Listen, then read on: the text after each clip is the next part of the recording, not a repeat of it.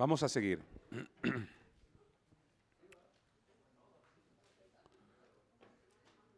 Ok, entendimos el proceso de la justificación, ¿verdad? Hay un detalle más. Porque la justificación por la fe, más o menos como lo acabamos de explicar, fue el mensaje del 1888 con Waggoner y Jones. Este es el detalle y esta es la diferencia entre la justificación por la fe presentada por los protestantes del siglo XVI y la justificación por la fe que fue presentado en la iglesia adventista. Las verdades de la iglesia adventista no contradicen el mensaje original de los reformadores, simplemente los aumenta, o sea, crea una dimensión más amplia, se extiende más allá, eso es todo. ¿Okay? La iglesia adventista nunca ha creído que el hombre es salvado por obedecer la ley. La obediencia, aunque es una condición salvífica, debe ser el resultado de una experiencia salvífica ya. Si no hay experiencia de salvación, la obediencia es hipocresía y Dios no puede aceptarla. La obediencia no gana a Dios. La obediencia glorifica a Dios y beneficia al obediente en forma directa. Pero nuestra obediencia es un fruto, es un síntoma. La obediencia indica que hemos nacido de nuevo. La no obediencia indica que no hemos nacido de nuevo. ¿Se entiende? Eso es importante entenderlo. En el 1888 lo que pasó fue lo siguiente. Waggoner y Jones explicaron que aparte de Cristo declarar bueno al individuo, el Espíritu Santo se empeña en crear auténtica justicia divina en el corazón humano. O sea, cuando dice que Cristo nos da su justicia a nosotros, la pone disponible, es que la bondad de Él es transferible literalmente. En la experiencia, en la práctica del cristiano, es transferible al hombre. El hombre puede llegar a poseer los atributos divinos desarrollados en él gracias a la conversión y gracias luego a la santificación. Mientras que la primera, la justicia impartida, que es la justicia declarada, nos da el derecho al cielo. La justicia, la justicia imputada, que es la declarada, nos da derecho al cielo. La justicia impartida, la que se va dando al corazón gradualmente, se va haciendo justo al ser humano en realidad. Bueno, en el contexto divino. Ese impartirle esa bondad al hombre y haciéndolo bueno en el contexto divino es lo que le da al hombre la preparación o idoneidad para vivir con Dios. ¿Entienden? Entonces, ¿qué pasa?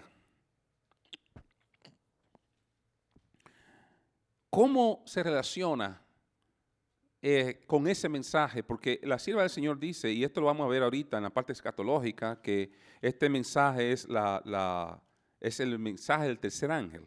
Bueno, ahorita vamos a explicar lo que es el mensaje del tercer ángel para poder entender. Pero esta es la relación que existe entre la justicia de Dios impartida al ser humano y la salud. Vamos a verla. En primer lugar, el primer elemento que tenemos que dejar claro es que el hombre no puede producir salvación, pero él participa en el proceso de su propia salvación. ¿Me explico? El hombre no puede producir salvación, él no se puede salvar por nada que haga, pero él participa en el proceso de su salvación. ¿Cómo el hombre participa sin quitarle derecho a Dios? Muy sencillo. Cuando Juan Bautista vino al mundo, el Señor declaró en su palabra cuál era la misión de este gran exponente de la verdad divina. ¿Qué dice el libro de Mateo y Lucas? ¿Quién era Juan Bautista?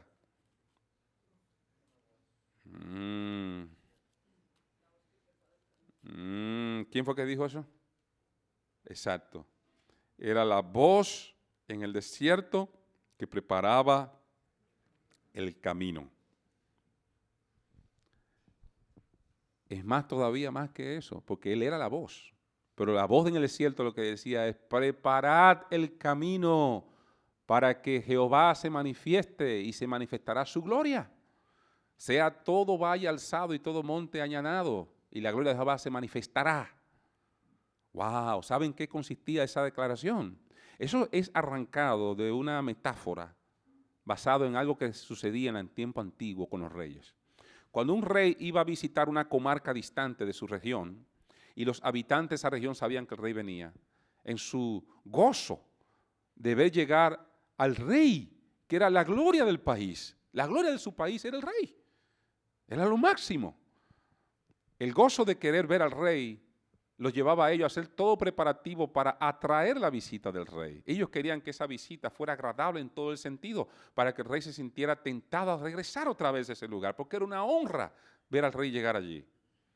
¿Y qué hacían ellos? Ellos mandaban personas, todo el camino donde ellos sabían que el rey venía lo preparaban. Todos los hoyos los llenaban y todos los montículos altos lo quitaban para ponerlo también llano. Todo lo ponían llano.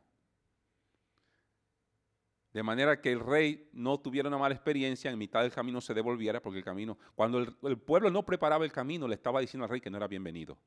¿Entienden? Cuando el pueblo no preparaba el camino por donde el rey iba a llegar, eso le correspondía a ellos, no al rey. Ellos, en otras palabras, el rey medía la buena voluntad de ellos de recibirle, lo medía en proporción al empeño que ellos ponían en preparar el camino a él. Y esa analogía la tomó el Señor para representar la obra que debía ser hecha en la época de Cristo para darle la recepción al Mesías.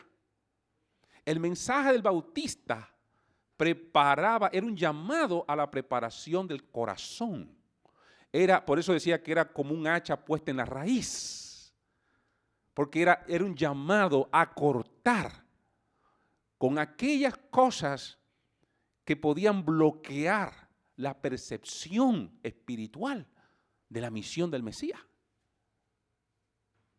De la misma manera, cuando el hombre es llamado a buscar a Dios, y este es un concepto muy interesante porque no es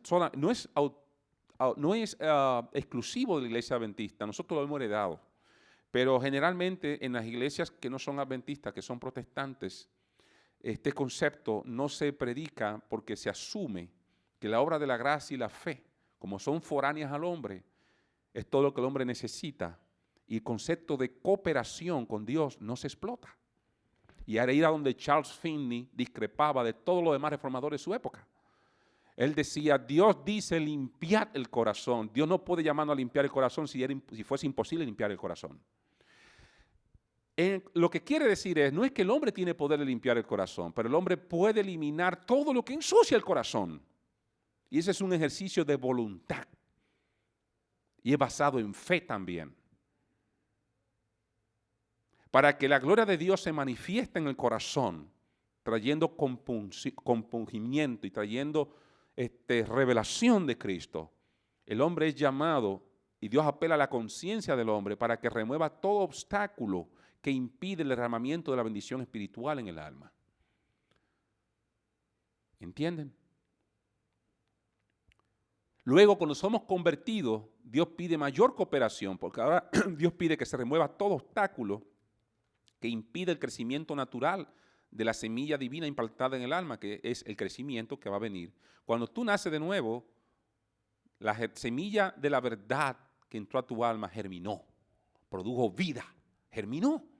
En la santificación, esa plantita que ha nacido, esa semilla de la verdad, ahora crece, sólida, estable.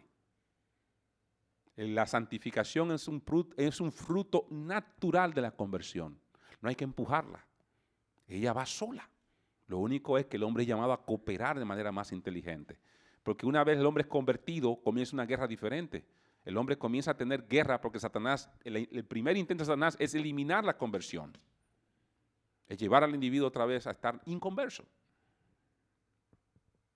Porque él sabe que sin conversión, la naturaleza humana no está apta para apreciar el valor de las cosas divinas y el corazón no se puede aplicar al proceso de santificación. Ninguna persona no convertida puede aplicarse a la santificación porque no puede existir santificación sin conversión. Si tú te empeñas en santificarte sin haber sido convertido, tú vas a fracasar desde ya. Es una lucha sin resultado. Tú tienes que garantizar que la conversión esté en ti. Y entonces la santificación brota. Y tú preservas la santificación basada en los mismos principios como la conversión se dio en el alma. Son los mismos principios. Los principios que hicieron que la semilla germinara son los mismos principios que hacen que la germinación crezca y se convierta en un árbol grande con frutos. Es el mismo principio. Tú tienes que mantenerte convertido y ahí es donde viene el asunto de la santificación. Pero si la conversión es el nacimiento del amor de Dios en el alma, del amor de Dios, la santificación entonces es el desarrollo del amor de Dios en el alma. Lo que pasa es que cuando nosotros nacemos de nuevo, en Efesios 6, que nosotros recibimos también armas espirituales para defender ese estado de conversión. Y Efesios 6 dice claramente cuáles son esas armas. Vamos a buscarlas. Vámonos a Efesios. Vamos a estudiar cuáles son las armas en el combate espiritual que estamos ceñidos para preservar la conversión y no permitir que los ángeles de Satanás nos roben esa conversión. ¿Ok? ¿Alguna pregunta puede hacerla? Ok. Ok, dice aquí que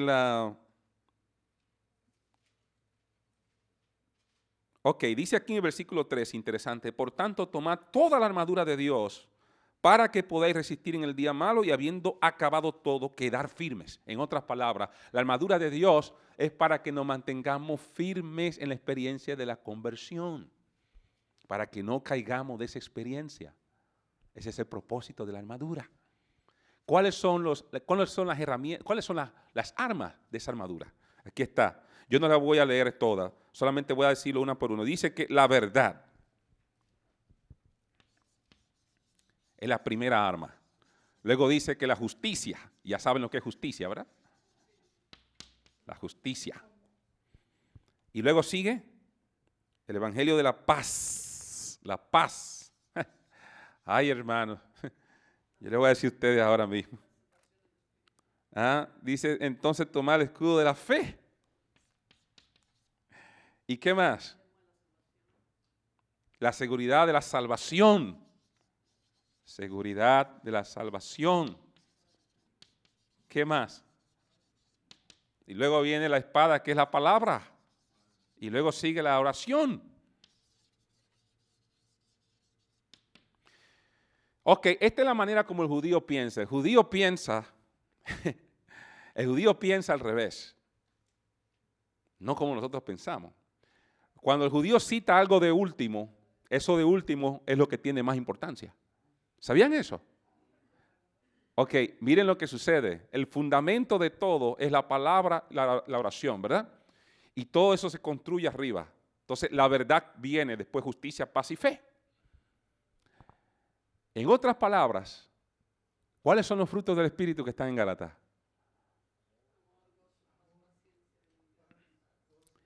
Ok, pero hay un detalle. ¿Dónde se experimenta el gozo? ¿Qué da el Espíritu? ¿Dónde se experimenta? Ajá, ¿cuál es el corazón? ¿Qué es el corazón? Ok. Uh-huh. ¿Dónde se da la fe? ¿Dónde se da la fe? ¿Dónde se da el amor? ¿Dónde se da la seguridad de la salvación? ¿Dónde se da la paz? Dice Pablo, con la mente servimos ¿a quién? Al Señor. Y en Filipenses se nos manda a pensar en todo aquello que ¿qué? La verdadera religión comienza en los pensamientos, en los procesos mentales donde se libra la batalla de la conquista por el alma. Y es allí donde el Espíritu produce el fruto último. La mente es el campo de batalla.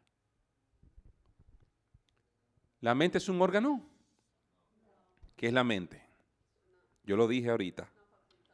Es una propiedad del cerebro.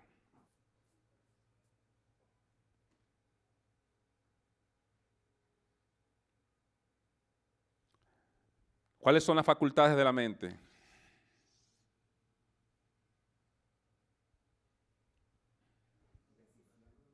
¿Ah? Memoria. ¿Qué más? Racionalidad.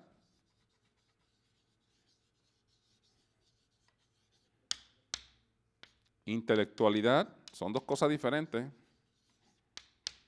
¿Qué otra facultad tiene la mente?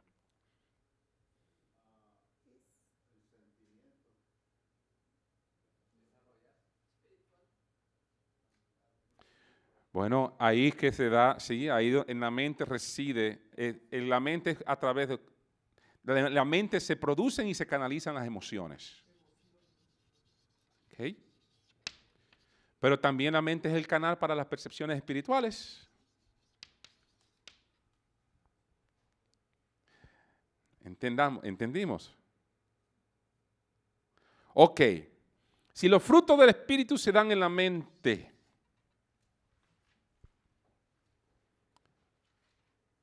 si usted fuera el enemigo, ¿a dónde se atacara?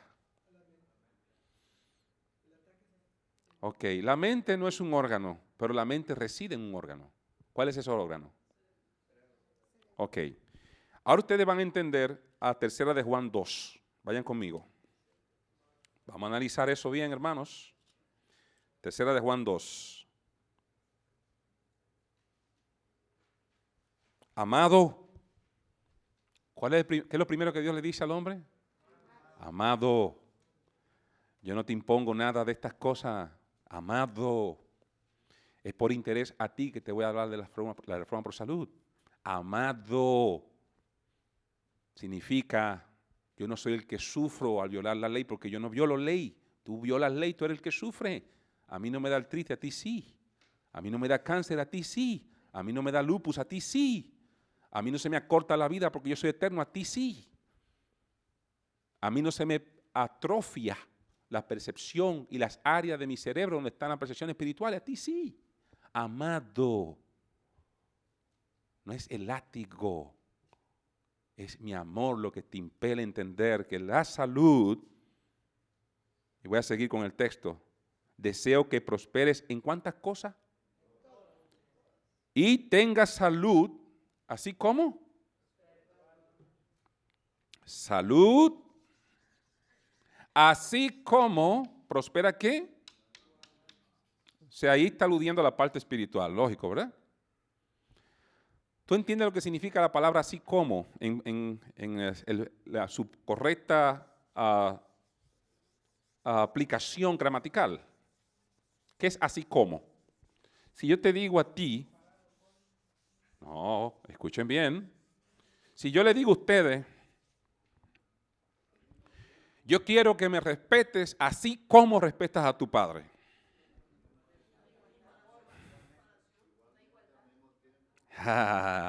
Esa estructura verbal impone un concepto de grado.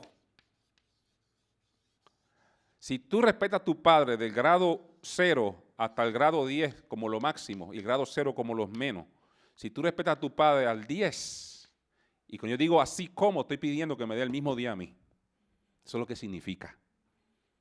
Ahora tú entendiste. Cuando Dios dice que tengas salud así como prospera tu alma, ¿qué está diciendo? Que para Dios la salud física y la salud espiritual están a un mismo nivel, a una misma altura, a un mismo grado. ¿Cómo es eso posible? Si la vida espiritual, que es el cultivo de los frutos del Espíritu que se nos han dado en la conversión, eso, ¿cómo puede Dios colocarlo al mismo nivel del cuidado corporal? Hoy yo se lo voy a explicar. Eso es muy sencillo, la Escritura lo dicen, ellas solas lo dicen. Proverbio 4:23, vayan conmigo. Vamos a ver qué dice Proverbio 4:23. Y dígame si yo tengo razón o no, o si la palabra de Dios, o yo me lo estoy interpretando incorrecto, o la palabra de Dios quiere decir eso. ¿Quién me lee Proverbio 4:23?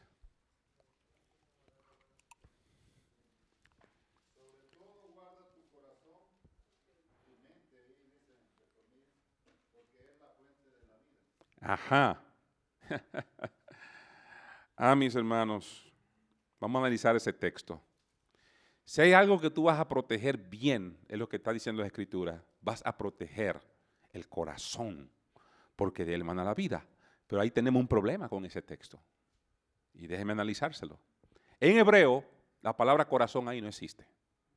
¿Sabían eso? No. Y esto es bien interesante. La palabra que aparece en este versículo bíblico es la palabra riñón.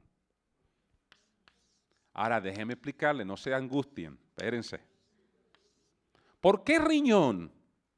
Porque en la mentalidad judía, escuchen bien, en la mentalidad judía, la base de la vida del hombre, aún fuera la vida mental o fuera la vida espiritual o la vida emocional, la base era la vida física. No la esencia, no me confundan. La esencia de la vida no era la parte física, era la base de la vida, era la parte física. En otras palabras, la vida física del hombre era como una zapata, un fundamento, y sobre esa zapata se edificaba todo lo demás, la mente, las emociones, todo. ¿Qué pasaba? Que los riñones eran, cuando ellos decían que el riñón era la fuente de la vida, ¿saben por qué ellos decían eso? Por contraste.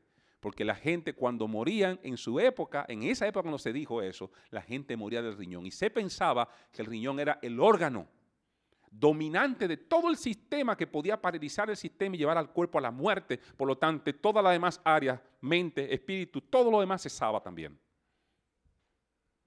Eso así pensaba el hebreo. Eso no son palabras mías. Usted puede leer los libros de la Torah, de los historiadores judíos. Así pensaba el hebreo y era correcto porque así fue como Dios se lo enseñó. De manera que cuando decían que el riñón de ahí manaba la vida, eso era el soporte, el resorte que impulsaba todos los procesos vitales para que tanto la mente, el cuerpo y la parte espiritual se mantuvieran trabajando activos. Era la zapata, el resorte. Pero hubo un problema. En textos ulteriores, especialmente en los siglos XIV al XVI, los traductores del hebreo pusieron la palabra corazón, porque ellos entendieron muy bien lo que ellos querían decir. Y fue correcto que lo cambiaran así. Yo no tengo ningún problema con eso. Porque respetaron el concepto judío. Lo único que ellos dijeron, hay que modernizar el texto. Y admite modernización. Porque el judío tenía un conocimiento del cuerpo limitado, conforme a los avances de la ciencia médica de su época. El riñón era el órgano supuestamente dominante.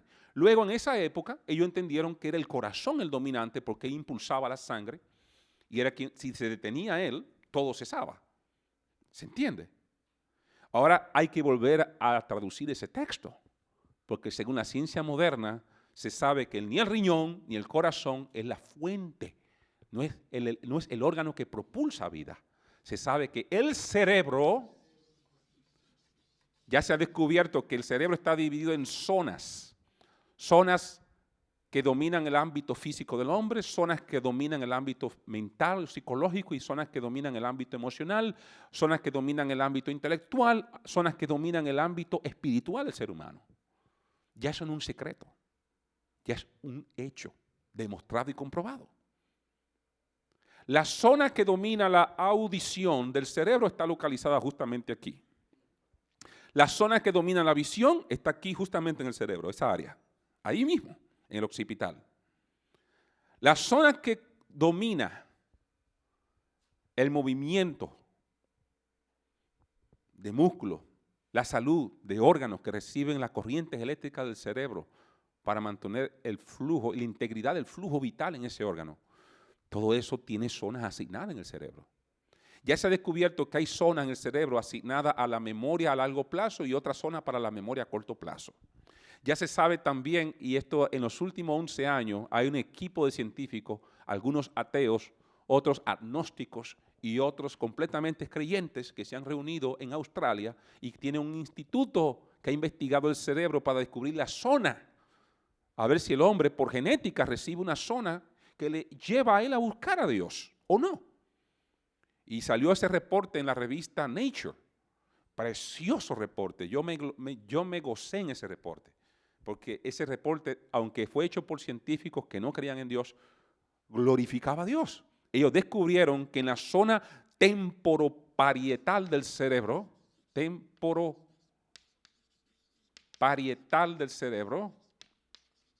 es esa zona aquí, en esa zona, cuando se hizo los estudios con gráficos, con escáneres del cerebro y una calorimetría que se le hizo al cerebro de las más de 300 y pico de personas, se descubrió que esa zona, en las personas que buscaban a Dios con conciencia, no en gente que se levanta en 5 minutos un salmo y a la carrera 2 minutos una oración, 15 segundos para orar en la comida y en la noche, a lo sumo 20 minutos entre oración y una lectura. Eso no es buscar a Dios, vamos a ser sinceros. Estamos hablando de personas que se dedicaban a buscar a Dios. Esas zonas, en el estudio que se hacía calorimétrico del cerebro, esas zonas aparecían coloreadas en color anaranjado, rojo anaranjado. A más profunda la experiencia de búsqueda, más rojo. Ahí estaba, entre naranja y rojo. Y en las personas que no tenían hábito de buscar a Dios, esas zonas aparecían en colores muertos, color azul, que es un color frío. Eso es pura biofísica. Eso no es nada místico, aquí no estamos hablando de aura. Estamos hablando de medición del cerebro con instrumentos que son modernos para detectar si hay tumores, si hay crecimiento, esos son los mismos instrumentos. No es midiendo campo magnético, estamos hablando de actividad en el área cerebral. Ya por esos colores se determinó que la zona temporoparietal es la área que trabaja para crear dimensión de fe y dimensión de experiencia espiritual en el ser humano.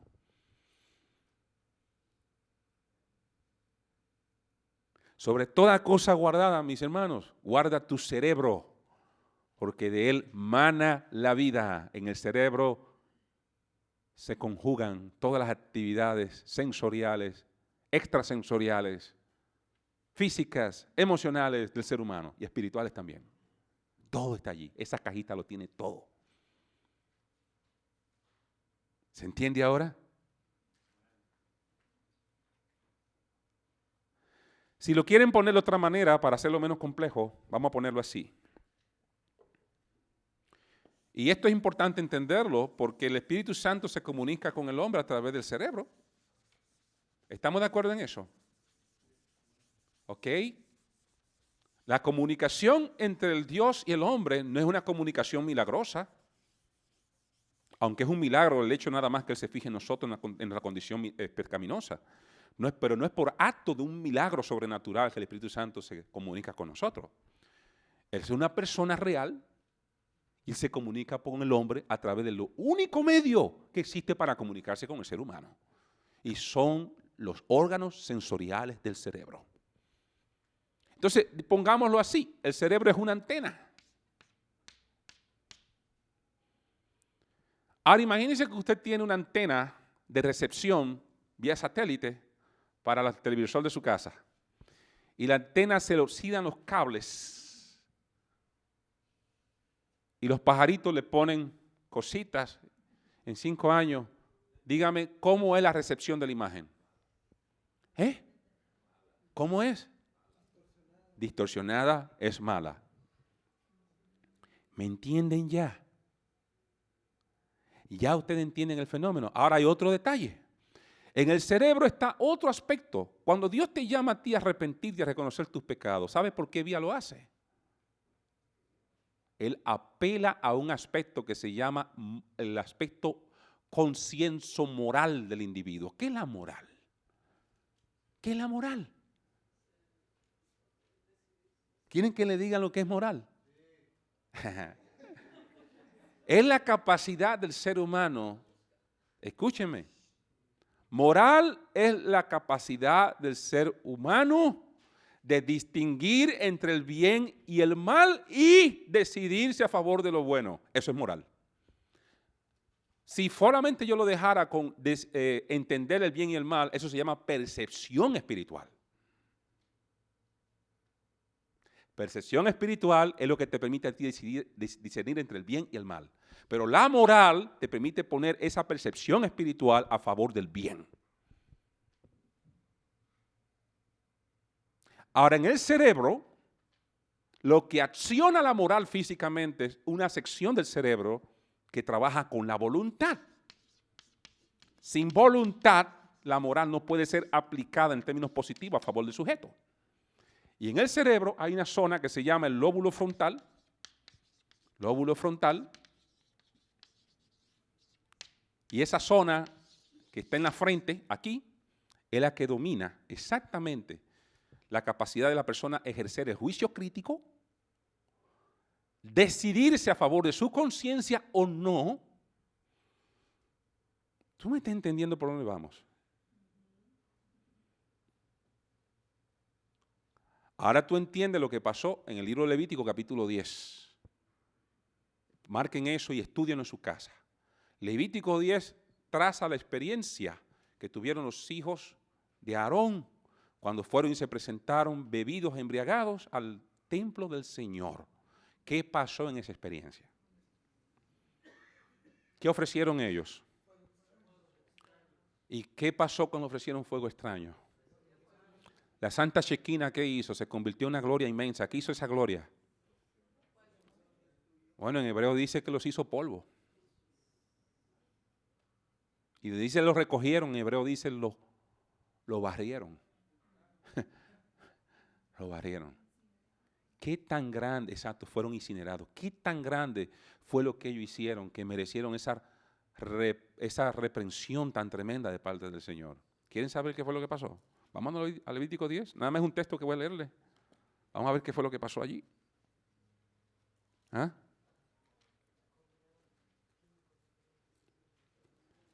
Ay, mis hermanos, y tantas personas que piensan que esto es un asunto de opción. La reforma pro salud no es opción. Es un mensaje vertical, mancomunado e integral del proceso salvífico, como se ha explicado esta última iglesia en su propósito de preparar un mundo para la venida de Cristo.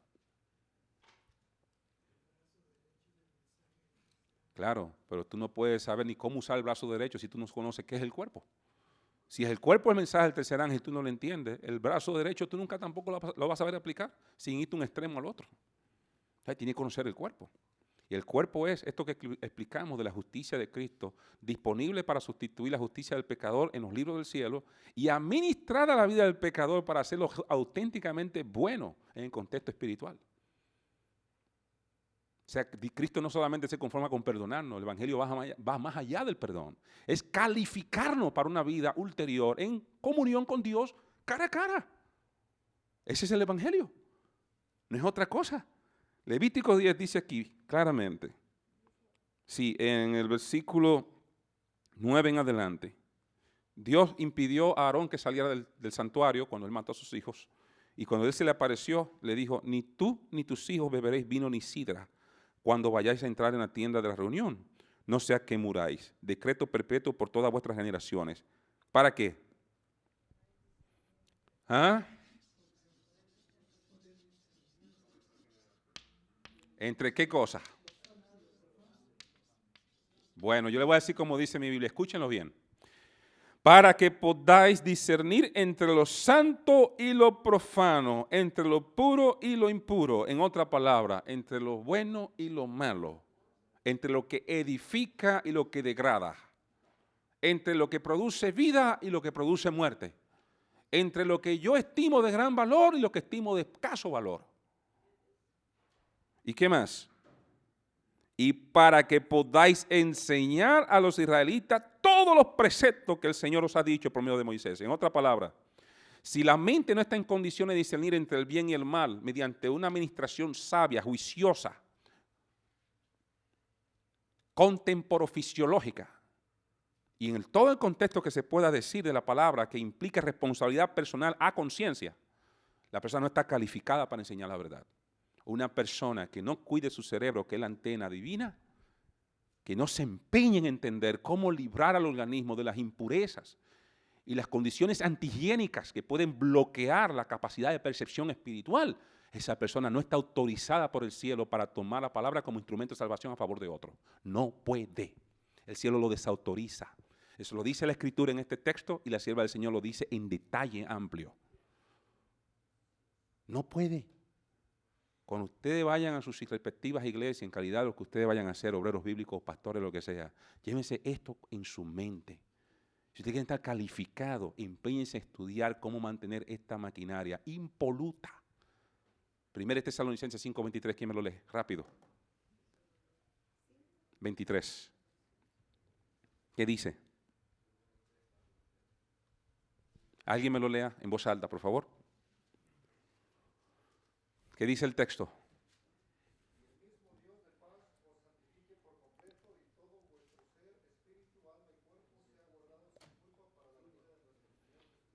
Ok, ahí le explicó a usted de lo que es la santificación y cuál es el canal que Dios usa para la santificación.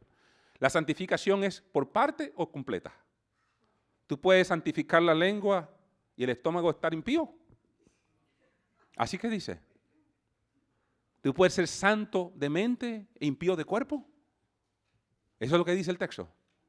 La santificación es por completo. Espíritu, alma y cuerpo sean guardados ¿cómo? En otra versión dice, se ha guardado sin impureza, impolutos, irreprensibles. Hay otra versión que se atrevió a poner sanos, en salud. Tú no puedes mantener cuerpo, espíritu y mente en salud sin entender las leyes que rigen a esas áreas. Porque esas leyes son las que contienen los elementos que producen salud.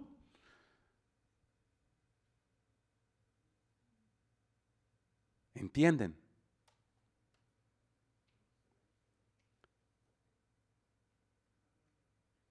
La santidad solamente es posible a través de la verdad. De la ley de Dios se desprende dos cosas, los principios. De la ley de Dios se desprenden los principios. ¿Qué son los principios? Los principios son las verdades que se desprenden de la ley. Eso es todo, mis hermanos. Un principio es una verdad. Las verdades que se desprenden de la ley de Dios son los principios. Y en esa ley está contenido la suma de la vida del ser humano. Cómo el hombre debe vivir física, mental, espiritualmente para alcanzar el objetivo que Dios ha puesto delante del hombre y que pueda repercutir a través de la eternidad para que ese crecimiento nunca sea empañado. Santidad. Santidad. Santidad es la consecución del ideal divino a través de sus leyes en la experiencia de la gracia de Cristo. Santidad es desarrollo del amor implantado en el alma a través de los métodos racionales que Dios ha dispuesto en su palabra. No es un arrobamiento emocional, es una dedicación consagrada a las facultades mentales, a entender las leyes, a practicarlas en forma concienzuda y a disfrutar en forma coherente y consciente de los beneficios. Demanda estudio eso. Eso exige estudio, no surge por casualidad. Eso hay que empeñarse con el mismo vigor o mayor que el que tú pones cuando tú vas a estudiar una carrera en la universidad. Porque esto es asunto de vida o muerte. Discernir entre el bien y el mal. Y la autoridad o no de ser mediador entre los hombres y Dios en calidad de cristiano que administra los recursos de la gracia divina a favor de otro. Todo eso está envuelto en eso. Me quedan 10 minutos y tengo que compartir algunas cosas más. Voy a probar lo que estoy diciendo en otro versículo bíblico. Váyanse conmigo a Romanos 12, 1, 2.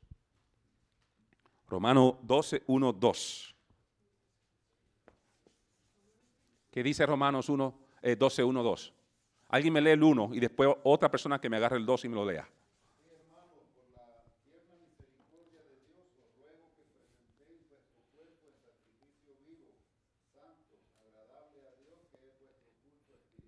Ok, gracias. Sí, muy interesante. ¿En nombre de quién ruega Pablo? Por la misericordia. Ok, mis hermanos, volvemos a repetir, así como dice, amados. Él dice, los ruego por la misericordia de Dios. Es un ruego. Te está haciendo un llamado en amor a que cooperes. La cooperación es la base de lo que el hombre debe hacer por su parte para hacerse accesible al Dios que lo busca. Accesible. Cuando tú cooperas, tú te haces accesible para que la gracia te alcance. No basta con que la gracia salga de parte de Dios como una cadena, alcanzarte donde tú estás. Es que cuando la gracia sale para donde ti y tú te diste cuenta de alguna manera, tú te tienes que hacer accesible. Y la manera como tú te haces accesible es cooperando. Sencillo, cuando Dios mandó al pueblo de Israel que marchara para abrirse el Mar Rojo y luego para abrirse el Jordán, no les pidió primero que pusieran el pie delante. Él no iba a abrir el mar ni el río a menos que no dieran el paso ellos. Ellos tenían que actuar sobre la palabra. Sobre la palabra. La palabra salió, que marchen. Señor, abre primero. No, marchen. Yo voy a abrir. Los sacerdotes tuvieron que poner el pie en el agua. Y cuando tocaron con la suela del zapato, tocaron el agua, las aguas se mandaron y se abrió el mar y se abrió el río. Cuando Cristo fue a resucitar a Lázaro, ¿qué era más difícil? Llamaron a un cuerpo bajo putrefacción, con una cantidad de ácido cadavérico, ácido oxálico y putrescina, esas 3 proteínas en producción increíble, produciendo un mal olor terrible. Era más difícil llamar a un cuerpo que incluso le removieron órganos.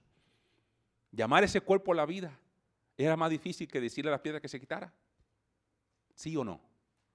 ¿Qué era más difícil? Yo he visto sanadores en la India que ponen a levitar objetos y sabemos por qué poder lo hacen. Entonces, no es tan difícil. Usted se hace amigo del otro, Dios lo libre. Usted puede poner las cosas a levitar. No es tan difícil, porque Dios no hace esos shows. ¿Qué era más difícil para Cristo? Vamos a medirlo en términos reales. ¿Qué era más difícil? ¿Ordenar a la piedra que se quitara o llamar a un cuerpo sin algunos órganos, podrido completamente por dentro, carcomido por una enfermedad que lo pudrió casi inmediatamente después de la muerte, llamarlo a resucitar a la vida? ¿Qué era más difícil? Sin embargo, el Señor cuando llega allí, le dice a la gente quitar la piedra. Él pudo haber dicho, piedra, quítate.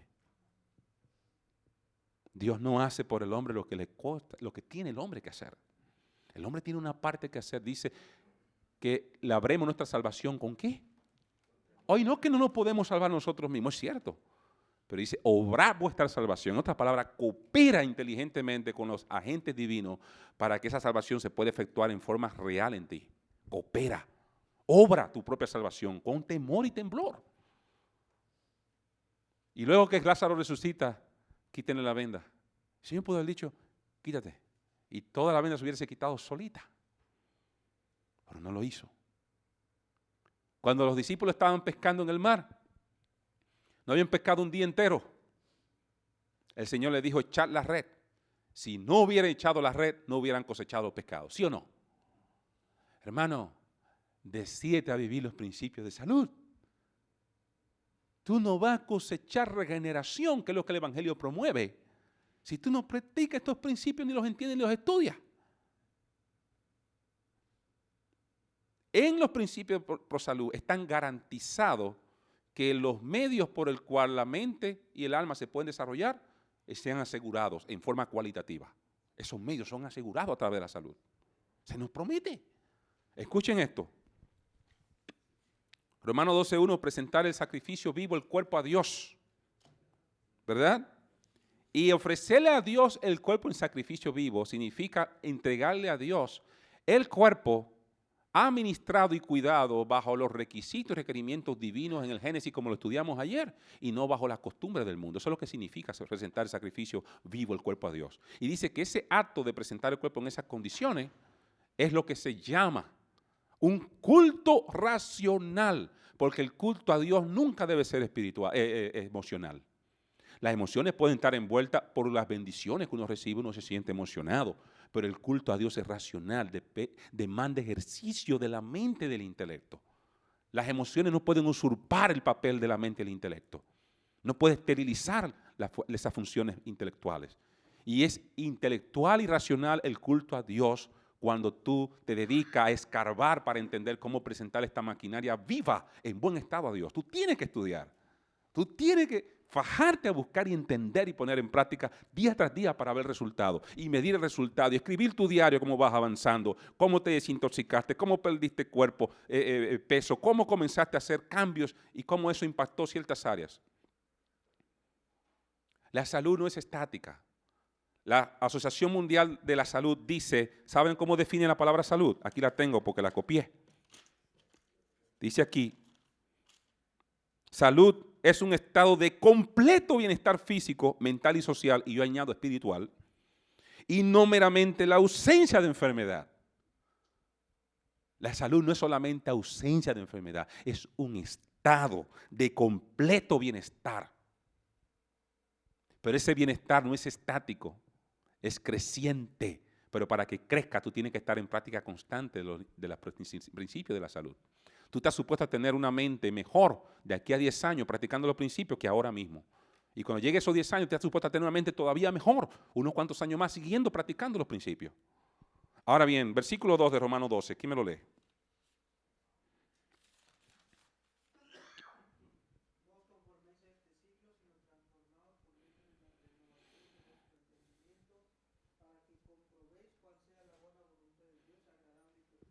Ok, aquí voy a terminar con esta declaración. Escuchen esto, es muy importante. Número 1, ese texto 2 está ligado al texto 1. Si el texto 1 es un llamado a entender en forma racional los principios de salud para presentarle a Dios el cuerpo en sacrificio vivo, y se dice que ese es el culto racional, que la palabra culto en hebreo y en griego significa servicio a Dios. Es el servicio a Dios racional, no es arrodillarse y seguir un ritual, una liturgia, no. El servicio racional a Dios es presentarle nuestras facultades en el contexto del propósito que Él tiene con nosotros, cuidada, bajo una observación cuidadosa de las leyes que regulan esas facultades. Segundo, una vez que Pablo dice eso, el Señor dice a través de Pablo, pero para tú ofrecerme ese cuerpo en esas condiciones, tú no puedes seguir los lineamientos del mundo, no te conforme al siglo, a la época, a la moda de la costumbre social ni de tu pueblo. No me le hago un culto a tu cultura, hazle un culto a mis principios. Hónrame haciendo lo que yo te digo para que después yo te honre a ti con los beneficios de lo que tú vas a cosechar. Eso es verdadera entrega al Señor. Y dice allí que cuando nosotros honramos a Dios no siguiendo las costumbres, no conformándonos a este siglo, sino por la mente renovada, por la transformación que se operó en la conversión. Tenemos una mente que podemos entender estas cosas en un contexto espiritual. Entonces dice que podemos experimentar, porque la palabra comprobar y experimentar son sinónimas. Podremos experimentar la voluntad de Dios, pero ahí se quedó el texto y tenemos un problema, porque ahí nos dice cuál es esa voluntad perfecta, gloriosa que hemos de experimentar.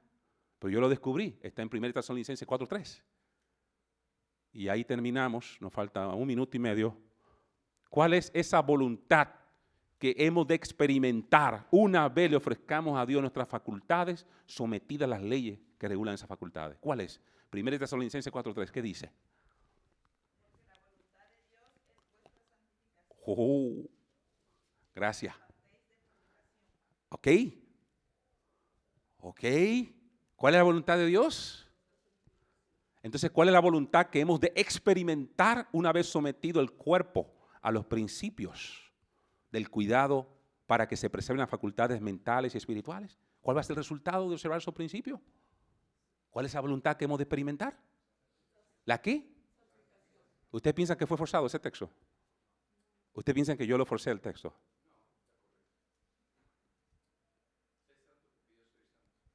Ahí lo dice, para que podáis experimentar la voluntad de Dios que es santa y agradable, hay que buscar cuál es esa voluntad. 1 Tesalonicenses dice que la voluntad de Dios es vuestra santificación. Y San Juan 16:17 dice que la verdad os santifica. Y sed santo porque yo soy santo. Y sin santidad nadie verá al Señor. Un paréntesis, seguimos más adelante. Todavía tenemos una parte que explotar de esta área. ¿Ok?